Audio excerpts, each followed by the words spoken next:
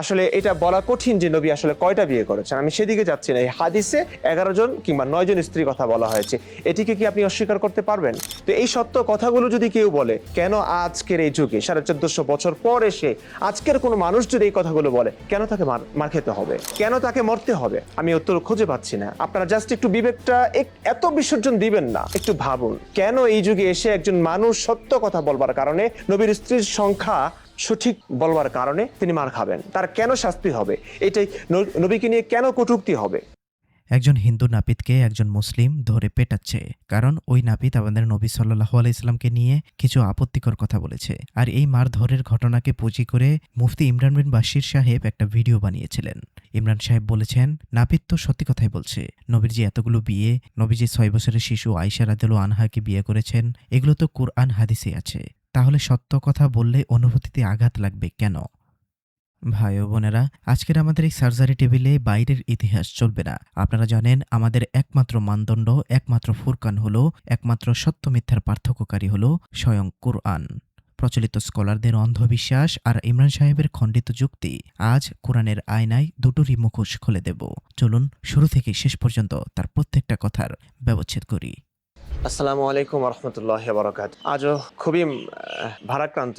কালকে আমাকে অনেকেই পাঠিয়েছেন একটা ভিডিও, যে একজন মুরব্বী মানুষ, নাপিত তিনি, তো তার সেলুনে কোন একজন মুসলিম চুল কাটাতে এসছেন। তো চুল কাটাতে এসে তিনি দাড়ি কাটছেন না বলে হয়তো তার সঙ্গে কিছু ধর্মীয় আলোচনা করেছেন। সেই আলোচনায় ফুটে উঠেছে, তিনি বলেছিলেন যে তোমাদের নবী তো আসলে অনেক অনেক বিয়ে করেন এবং খুব অল্প বয়সী মেয়েদেরকে বিয়ে করেছেন, তার চরিত্রে কোনো সমস্যা আছে, এরকম কিছু তিনি বলেছিলেন। এতেই ওই মুসলিম পুরুষ এই মুরব্বী বৃদ্ধকে পেটানো শুরু করলেন, আঘাত শুরু করলেন, তার ধর্মীয় অনুভূতিতে আঘাত লেগেছে। আমি বুঝি না এই ধর্মীয় অনুভূতিটা আসলে কি। সত্য কথা বললে, কোরআন হাদিসের কথাগুলো বললে, রসুলের সত্য ইতিহাসগুলো তুলে ধরলে এখানে আঘাত পাওয়ার কি আছে ভাই? তার মানে কি পৃথিবীর মানুষরা, মুসলিমরা কি লজ্জিত যে তাদের নবী এতগুলো বিয়ে করেছেন, কিংবা 53 বছর বয়সে? ইমরান সাহেব, আপনার প্রথম পয়েন্টের একটা অংশের সাথে আমি পুরোপুরি একমত। ওই সেলুনে বসে থাকা মুসলিম লোকটি নাপিতকে গায়ে হাত তুলে চরম মূর্খতা এবং বর্বরতার পরিচয় দিয়েছে। পবিত্র কুরআনের সূরা আন-নাহলের 125 নম্বর আয়াতে আল্লাহ তাআলা স্পষ্ট বলে দিয়েছেন, তুমি নিজ প্রতিপালকের পথে মানুষকে ডাকবে হিকমত ও সদুপদেশের মাধ্যমে, আর তাদের সাথে বিতর্ক করবে উৎকৃষ্ট পন্থায়। নিশ্চয়ই তোমার প্রতিপালক যারা তার পথ থেকে বিচ্যুত হয়েছে তাদের সম্পর্কে ভালোভাবে জানেন, এবং তিনি তাদের সম্পর্কেও পরিপূর্ণ জ্ঞাত যারা সৎপথে প্রতিষ্ঠিত। ইসলামকে প্রশ্ন করলে বা ভিন্নমত জানালেই গায়ে হাত তোলার কোনো বিধান কোরআনে নেই। ওই মুসলিম লোকটি কোরআনের ওই বিধান ভেঙেছে। কিন্তু ইমরান সাহেব, আপনি ওই লোকটির মূর্খতার সুযোগ নিয়ে যে বিশাল একটা ঐতিহাসিক মিথ্যাচার করলেন, সেটার কি হবে? আপনি দাবি করলেন নাবিত তো কুরআন হাদিসের সত্য কথাই বলেছে। নাবিতের কথাগুলো যদি কুরআনের সাথে সাংঘর্ষিক হয়, তাহলে সেটা নবীর নামে বানানো ডাহা মিথ্যা, আর আপনি সেই মিথ্যাকে সত্য বলে চালিয়ে দিচ্ছেন। চলুন সামনে আগাই এবং তার কথাগুলোর প্রেক্ষিতে আমরা দেখি যে আদৌ কুরআন কি বলে। সত্য কথা বললে, কোরআন হাদিসের কথাগুলো বললে, রসুলের সত্য ইতিহাসগুলো তুলে ধরলে এখানে আঘাত পাওয়ার কি আছে ভাই? তার মানে কি পৃথিবীর মানুষরা, মুসলিমরা কি লজ্জিত যে তাদের নবী এতগুলো বিয়ে করেছেন, কিংবা 53 বছর বয়সে 6 বছরের আয়েশাকে বিয়ে করেছেন? এই কথাগুলো কি কোনো আলেম বলতে পারবে যে মিথ্যে? এগুলো তো কোরআন হাদিসের কথা রে ভাই। কোরআন হাদিসের কথাগুলো বললে, সত্য কথাগুলো বললে, নবীর সত্য চরিত্রটাকে তুলে ধরলে কেন মানুষকে এখনো মরতে হবে? কেন মানুষকে এখনো জেলে যেতে হবে কেন? চলুন বেশি কথা না বলে আমরা একটু রেফারেন্স দেখি, যে রাসূল করিম সাল্লাল্লাহু আলাইহি ওয়াসাল্লাম যে 53 বছর বয়সে 6 বছরের আয়েশাকে বিয়ে করেছিলেন, এটা আমরা সকলেই জানি। তারপরে আমি সহিহ হাদিস থেকে রেফারেন্সগুলো দেখাচ্ছি। সহিহ মুসলিম হাদিস একাডেমি হাদিস নং 3370 নং হাদিসটা দেখুন। পরিচ্ছেদ আনা হয়েছে, পিতা অপ্রাপ্ত বয়স্কা কুমারী কন্যার বিবাহ দিতে পারে। এখানে হাদিসটা আমি সংক্ষেপে শোনাচ্ছি। আয়েশা রাদিয়াল্লাহু তাআলা আনহা থেকে বর্ণিত, তিনি বলেন, রাসূলুল্লাহ সাল্লাল্লাহু আলাইহি ওয়াসাল্লাম আমাকে বিয়ে করেছেন, আমার বয়স তখন 6 বছর। তিনি আমাকে নিয়ে বাসর ঘরে যান, তখন আমার বয়স 9 বছর। হাদিসটা দীর্ঘ, আপনারা সার্চ করে এই হাদিসটা পেয়ে যাবেন, দেখে নিতে পারেন পুরো হাদিসটাতে কি বলা হয়েছে। শেষে আয়েশার কি সমস্যা হয়েছে সেই কথাও বলা হয়েছে। 1 মাস যাবত তিনি জ্বরে ভুগেছিলেন। আমি জানি না কি কি অবস্থায়, যারা ডাক্তার আছেন তারা বলতে পারবেন যে 9 বছর বয়সে একটা মেয়ের সঙ্গে যখন বাসর করা হয় তখন তার কি সমস্যা হতে পারে, সেই কারণেই কিনা আমি জানি না। হাদিসটা পুরোটা পড়ে নিতে পারেন। এখানে শুধু আমি দেখাচ্ছি যে 6 বছর বয়সে রাসূল আয়েশাকে বিয়ে করেছিলেন, 9 বছর বয়সে আয়েশাকে নিয়ে বাসর যাপন করেছেন।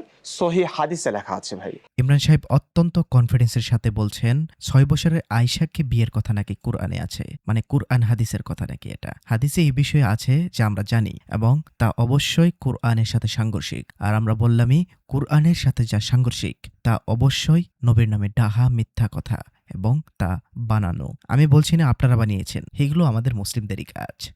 ইমরান সাহেব, কোরআনের ঠিক কোথায় নবীর সাথে 6 বছরের আয়েশার বিয়ের কথা লেখা আছে? একটু দেখাবেন? দেখাতে পারবেন না, কারণ কোরআনে এটা নেই। এটা লেখা আছে মানুষের তৈরি করা বইতে। আর আমাদের প্রচলিত স্কলাররা কোরআন বাদ দিয়ে মানুষের লেখা বইকেই কোরআনের সমকক্ষ বানিয়ে ফেলছে। চলুন আমরা দেখি যে কোরআন বিয়ের বয়স নিয়ে আদৌ কি বলে। সূরা নিসার 6 নম্বর আয়াতে আল্লাহ তাআলা বলতেছেন, ইয়াতীমদেরকে পরখ করো যে পর্যন্ত না তারা বিবাহযোগ্য হয়। যদি তাদের মধ্যে বিচারবোধ লক্ষ্য করো তবে তাদেরকে তাদের মাল ফিরিয়ে দাও।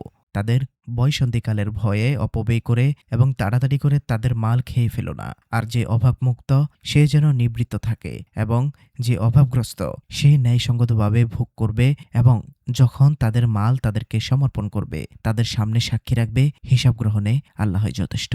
এতিমদের পরীক্ষা করো যতক্ষণ না তারা বিয়ের বয়সে পৌঁছায়। এরপর যদি তাদের মধ্যে রসদ অর্থাৎ মানসিক পরিপক্কতা বা ভালো মন্দের বিচার বুদ্ধি দেখতে পাও তবে তাদের সম্পদ তাদের হাতে বুঝিয়ে দাও। কোরআনের ফিলোসফি একেবারে দিনের আলোর মতো পরিষ্কার। বিয়ের জন্য রসদ বা মেন্টালি ম্যাচিউরিটি থাকা বাধ্যতামূলক।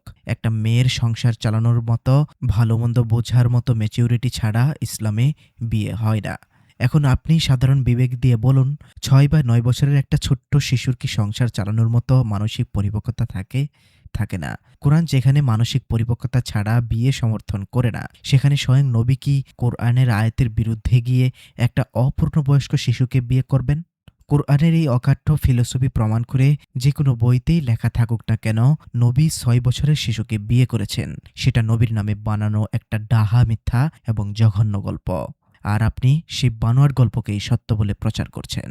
এমনকি এই হাদিসের বাইরে, এই হাদিসের বিভিন্ন ব্যাখ্যায় বা বিভিন্ন ইতিহাসে পুরোপুরিভাবে প্রমাণিত যে আয়েশা রাদিয়াল্লাহু আনহার সেই সময়ের বয়স ছিল 18 থেকে 19 বছর বয়স। তবে আমি যেহেতু কুরআন দিয়ে কথা বলছি আর আপনি যেহেতু হাদিস দেখিয়েছেন, হাদিসের উপরে তো ইতিহাসকে নেওয়া যায় না। কিন্তু হাদিসের উপরে একটি জিনিস রয়েছে, সেটা হলো কোরআন। কোরআনের সাথে যদি সাংঘর্ষিক হয় তবে সেই হাদিস নবীর নামে বানানো মিথ্যা কথা। চলুন বাড়তি কথা না বলে তার পরবর্তী কথাগুলো শোনা যাক। এবং আপনারা একটু বিবেকটা খাটান যে একজন আয়েশা, আল্লাহ রসুল যখন মারা যান তখন আয়েশার বয়স কত আপনি জানেন? মাত্র 18 বছর। এই সভ্য যুগে এখন 18 বছরের আগে কোনো মেয়েকে বিয়ে দেওয়া যায় না। 18 বছরে মাত্র একটা মেয়ে সে বিয়ের জন্য প্রস্তুত হয়, তারপরে 18 বছরে বিয়ে না করাই ভালো। আচ্ছা, সেদিকে আমি যাচ্ছি না। আয়েশার স্বামী যখন রসুল যখন মারা যান তখন আয়েশা মাত্র এই যুগ এই সভ্যতা অনুসারে মাত্র সে বিয়ের বয়সে পদার্পণ করে, তার বয়স 18 বছর হয়। নবীর স্ত্রীগণকে কেউ যেন বিয়ে করতে না পারে সেই জন্য বিধান দিয়ে গেছেন। অর্থাৎ মাত্র একটা মেয়ের 18 বছর হয়েছে, এই মেয়েটার সারাটা জীবন যৌবনহীন অবস্থায়, মানে তার যৌবনের কোনো, আমি কি বলবো এখানে আমি বলতে পারছি না আসলে।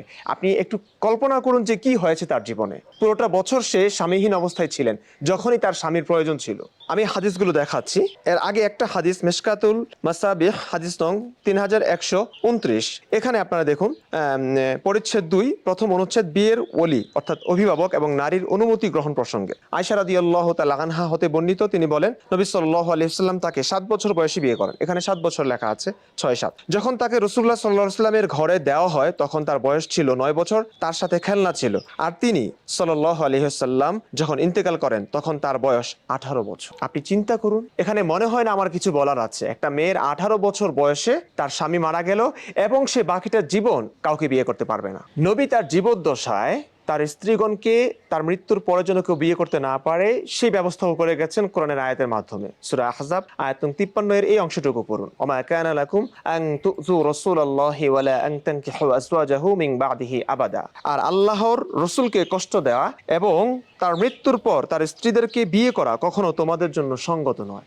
আপনি জাস্ট কল্পনা করুন, একটা মেয়ের 18 বছর হয়েছে, তার স্বামী মারা গেল, সারাটা জীবন সে স্বামী ছাড়া, সে আর কাউকে বিয়ে করতে পারবে না। ভিডিওর এই পর্যায়ে এসে ইমরান সাহেব ইমোশনাল কার্ড প্লে করেছেন। তিনি দাবি করেছেন নবী মারা যাওয়ার পর নবী সাল্লাল্লাহু আলাইহি সাল্লাম মারা যাওয়ার পর আয়েশা রাদিয়াল্লাহু আনহার জীবন নাকি ধ্বংস হয়ে গেছে, কারণ নবী নাকি নিজের স্বার্থে সূরা আল আহজাবের 53 নম্বর আয়াত দিয়ে স্ত্রীদের পুনরায় বিয়ে করার নিষিদ্ধ করেছেন।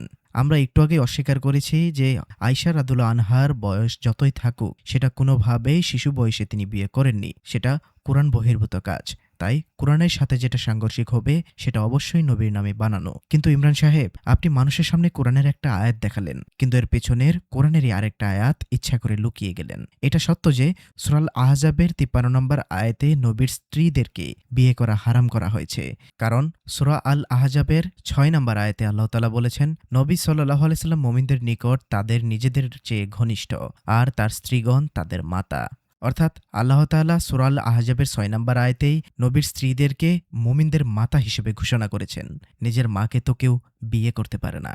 কিন্তু আপনি যে মায়া কান্না কাঁদছেন যে তাদের জীবন ধ্বংস হয়ে গেছে, তাদের উপর জোর করা হয়েছে, এবার কোরআনের আসল চমকটা দেখুন। সূরা আল আহজাবের 28 ও 29 নম্বর আয়াতে আল্লাহ নবীজিকে নির্দেশ দিচ্ছেন। আল্লাহ বলতেছেন, হে নবী, তুমি তোমার স্ত্রীদেরকে বলে দাও, তোমরা যদি পার্থিব জীবন আর তার শোভা সৌন্দর্য কামনা করো তাহলে এসো, তোমাদেরকে ভোগ সামগ্রী দিয়ে দেই এবং উত্তম পন্থায় তোমাদেরকে বিদায় দেই। তারপরের আয়াতে আল্লাহ তাআলা বলছেন, আর তোমরা যদি আল্লাহ, তার রাসূল ও পরকালের গৃহ কামনা করো তবে তাদের মধ্যে যারা সৎকর্মশীল তাদের জন্য আল্লাহ মহা পুরস্কার প্রস্তুত করে রেখেছেন। ইমরান সাহেব, আল্লাহ তো নবীর স্ত্রীদের সামনে কোরআন দিয়ে একেবারে ওপেন অপশন বা খোলা পথ দিয়ে রেখেছিলেন। তারা চাইলে নবীর সংসার ছেড়ে দিয়ে সাধারণ মানুষের মতো জীবন বেছে নিতে পারতেন, কিন্তু তারা কি করেছিলেন? আয়েশা রাদিয়াল্লাহু আনহা সহ কোনো একজন স্ত্রীও নবীকে ছেড়ে যাননি। তারা সজ্ঞানে স্বেচ্ছায় দুনিয়ার মোহের চেয়ে আল্লাহ এবং রাসূলকে বেছে নিয়েছিলেন। তারা কেউ আপনার মতো এসে অভিযোগ করেননি যে তাদের জীবন নষ্ট হয়ে গেছে। যারা স্বেচ্ছায় কোরআনের এই সম্মানকে বেছে নিয়েছেন, আজ 1400 বছর পর তাদের জন্য আপনার এই ভণ্ড মায়াকান্না কেন? যাই হোক, চলুন তার ভিডিওটি আরও আগানো যাক। এই মুরব্বী যাকে নির্মমভাবে মারা হয়েছে, জেলে পোড়া হয়েছে, ইনি আরেকটি কথাও বলেছিলেন যে তোমাদের নবী অনেক বিয়ে করেছেন। আমাদের নবী কতগুলো বিয়ে করেছেন এটার সঠিক সংখ্যাটা আসলে এখন আমি এই মুহূর্তে বলতে চাচ্ছি না কিংবা রেফারেন্স দেখাতে পারছি না, কারণ নবী যে কত বিয়ে করেছেন আনাচে কানাচে, চিপায় চাপায়, বাগানে, এবং বিয়ে ছাড়াও তিনি হিবা বিয়ে তার জন্য বৈধ ছিল, আল্লাহ বিশেষ বিধান দিয়েছেন। তারপরে জাউনিয়া, যেটি নিয়ে আমি ভিডিও বানিয়েছি আমার ইউটিউব চ্যানেলে, গেলেই দেখবেন কত জায়গায় যে কতভাবে তিনি বিয়ে করেছেন। মেয়েদের কাছে গিয়ে বলতেন তুমি নিজের শরীরটা আমার কাছে দাও, আমার কাছে সমর্পণ করো। সেগুলো বাদে দিলাম, সহিহ হাদিসেই যেই বিয়ের কথাগুলো আছে, যেই স্ত্রী সংখ্যা আছে, সেটাই যথেষ্ট। তিনি যে বহু বিবাহ করেছেন, নারী লিপ্সু ছিলেন, এটা স্পষ্ট। তো একজন অন্য ধর্মের মানুষ তো বলতেই পারেন। আমি জাস্ট একটা হাদিস দেখাচ্ছি, সহিহ বুখারী তাওহীদ পাবলিকেশন হাদিস নং 268। আনাস ইবনু মালিক রাদিয়াল্লাহু তাআলা আনহু হতে বর্ণিত, তিনি বলেন নবী সাল্লাল্লাহু আলাইহি সাল্লাম তার স্ত্রীগণের নিকট দিনের বা রাতের কোনো এক সময়ে পর্যায়ক্রমে মিলিত হতেন। তারা ছিলেন 11 জন। বর্ণনাকারী বলেন, আমি আনাস রাদিয়াল্লাহু তাআলা আনহুকে জিজ্ঞেস করলাম তিনি কি এত শক্তি রাখতেন? তিনি বললেন, আমরা পরস্পর বলাবলি করতাম যে তাকে 30 জনের শক্তি দেওয়া হয়েছে। আপনি চিন্তা করুন, এখানে 11 জন আছে কিংবা 9 জন আছে। নানান হাদিসে, সিরাতের নানান কিতাবে, তাফসিরে আপনারা নবীর স্ত্রীগণের সংখ্যা বৃদ্ধি দেখতে পাবেন। কত পৃষ্ঠা থেকে পড়তে থাকবেন আর নবীর স্ত্রীর সংখ্যা দেখবেন বাড়ছেই বাড়ছে। আসলে এটা বলা কঠিন যে নবী আসলে কয়টা বিয়ে করেছেন। আমি সেদিকে যাচ্ছি না। এই হাদিসে 11 জন কিংবা 9 জন স্ত্রীর কথা বলা হয়েছে, এটিকে কি আপনি অস্বীকার করতে পারবেন? তো এই সত্য কথাগুলো যদি কেউ বলে, কেন আজকের এই যুগে 1450 বছর পর এসে আজকের কোনো মানুষ যদি এই কথাগুলো বলে, কেন তাকে মার খেতে হবে? কেন তাকে মরতে হবে? আমি উত্তর খুঁজে পাচ্ছি না। ভিডিওর শেষ পর্যায়ে এসে ইমরান সাহেব এমন একটা কথা বলেছেন যা শুনলে যে কোনো সুস্থ মস্তিষ্কের মানুষের গা ঘিন ঘিন করে উঠবে।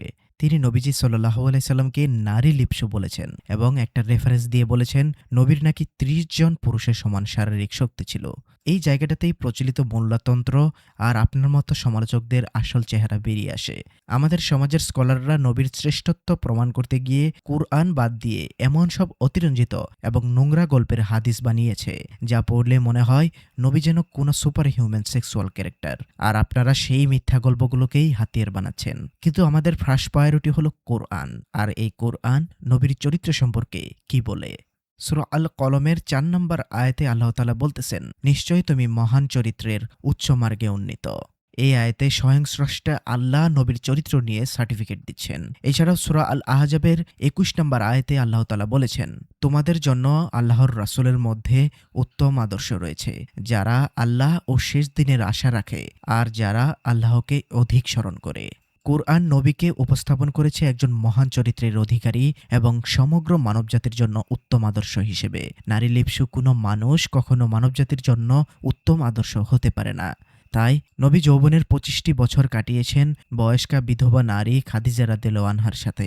এরপর তিনি যে বিয়েগুলো করেছেন, সূরা আল আহজাবের ৫০ নম্বর আয়াতে আল্লাহ সেই বিষয়গুলোকে বিশেষ প্রয়োজনে, যেমন এতিমদের আশ্রয়, সামাজিক বন্ধন, রাজনৈতিক চুক্তি, ঐশী নির্দেশ হিসেবে বর্ণনা করেছেন। কোরআনের এই ফিলোসফির সাথে নারী লিপ্সু বা ৩০ জনের শক্তির মতো ডাহা মিথ্যা গল্পগুলো পুরোপুরি সাংঘর্ষিক। হ্যাঁ, নবীজির শক্তি থাকতেই পারে, কিন্তু সেটা এভাবে নোংরাভাবে উপস্থাপন করাটা অবশ্যই নবীজির শানে বেয়াদবি। সেই বেয়াদবি আপনারা করেছেন বলে আমি বলছি না, সেই বেয়াদবি যারা এই হাদিসগুলো বানিয়েছে তারাই করেছে। তাই কোরআনের মানদণ্ডে এই দাবিগুলো একেবারে ডাস্টবিনে নিক্ষেপ করার যোগ্য। আমাদের সমাজের সবচেয়ে বড় ট্র্যাজেডি হলো আমরা কোরআনকে দূরে সরিয়ে রেখে মানুষের লেখা ইতিহাস আর গল্পকে ধর্মের ভিত্তি বানিয়ে ফেলেছি। প্রচলিত স্কলাররা কোরআনের ফিলোসফি বাদ দিয়ে অন্ধ হয়ে থাকার কারণে নবীর চরিত্রে কলঙ্ক লেপন করার সুযোগ করে দিয়েছে। আর ইমরান সাহেবের মতো মানুষরা সেই বানোয়াট মিথ্যার ওপর দাঁড়িয়ে ইসলামকে আক্রমণ করছে। কিন্তু কোরআনের দাবি একটাই, কোরআন হলো ফুরকান, সত্য মিথ্যার পার্থক্যকারী। কোরআনের সাথে যেটা সাংঘর্ষিক, সেটা যত বড় বইতেই লেখা থাকুক না কেন, সেটা নবীর নামে বানানো মিথ্যা। আপনারা জাস্ট একটু বিবেকটা এত বিসর্জন দিবেন না, একটু ভাবুন কেন এই যুগে এসে একজন মানুষ সত্য কথা বলবার কারণে, নবীর স্ত্রীর সংখ্যা সঠিক বলবার কারণে তিনি মার খাবেন, তার কেন শাস্তি হবে, এটাই নবীকে নিয়ে কেন কটূক্তি হবে? প্রশ্ন আপনাদের কাছে, আপনারাই বলুন। গালি দেওয়ার আগে একবার একটু ভাবুন যে আসলে কি হয়েছে, আমরা কাকে পূজা করছি, কার ইবাদত করছি, কোন মানুষটাকে, যে মানুষটাকে নিয়ে সত্য বললে আপনাদের অনুভূতিতে আঘাত লাগে। সত্য বললে অনুভূতিতে আঘাত কেন লাগবে? আপনারা কি ঘৃণা করেন যে নবী এতগুলো বিয়ে করেছেন কেন? নবী ৫৩ বছর বয়সে কেন ৬ বছরের একটা শিশু মেয়েকে বিয়ে করলেন? কেন ৯ বছর বয়সে বাসর যাপন করলেন? কেন? আপনার কাছে ঘৃণিত মনে হয় এই কথাগুলো? তাহলে অন্য একটা মানুষের কাছে ঘৃণিত লাগলে তার কাছে মনে হচ্ছে ভাই সে কেন মার খাবে? এই মূর্খতার শেষ কোথায়? কি হলে আপনারা থামবেন একটু বলুন তো। ইমরান সাহেব, আপনি বলেছেন আপনারা কাকে পূজা করছেন। একটু ভাবুন, আমরা কোনো নারী লিপ্সু বা ফ্যান্টাসি চরিত্রের পূজা করি না। আমরা কোরআনের সেই মহান আদর্শকে অনুসরণ করি, যিনি সার্টিফিকেট পেয়েছেন মহান চরিত্রের। কিন্তু যে কথাগুলো মহান চরিত্রের বিপক্ষে যায়, সেটা আমার নবী হতে পারে না। সত্যকে জানতে হলে ওই বানোয়াট গল্পগুলো ডাস্টবিনে ফেলে সরাসরি কোরআনের কাছে আসুন। ভাই ও বোনেরা, ভিডিওটি শেয়ার করে এই দুই পক্ষেরই অন্ধত্ব ভেঙে দিতে পারেন। দেখা হবে আগামী পর্বে কোরআনের নতুন কোনো সত্যের সন্ধানে। সে পর্যন্ত সবাই ভালো থাকবেন, সুস্থ থাকবেন। সবাইকে সালামুন আলাইকুম।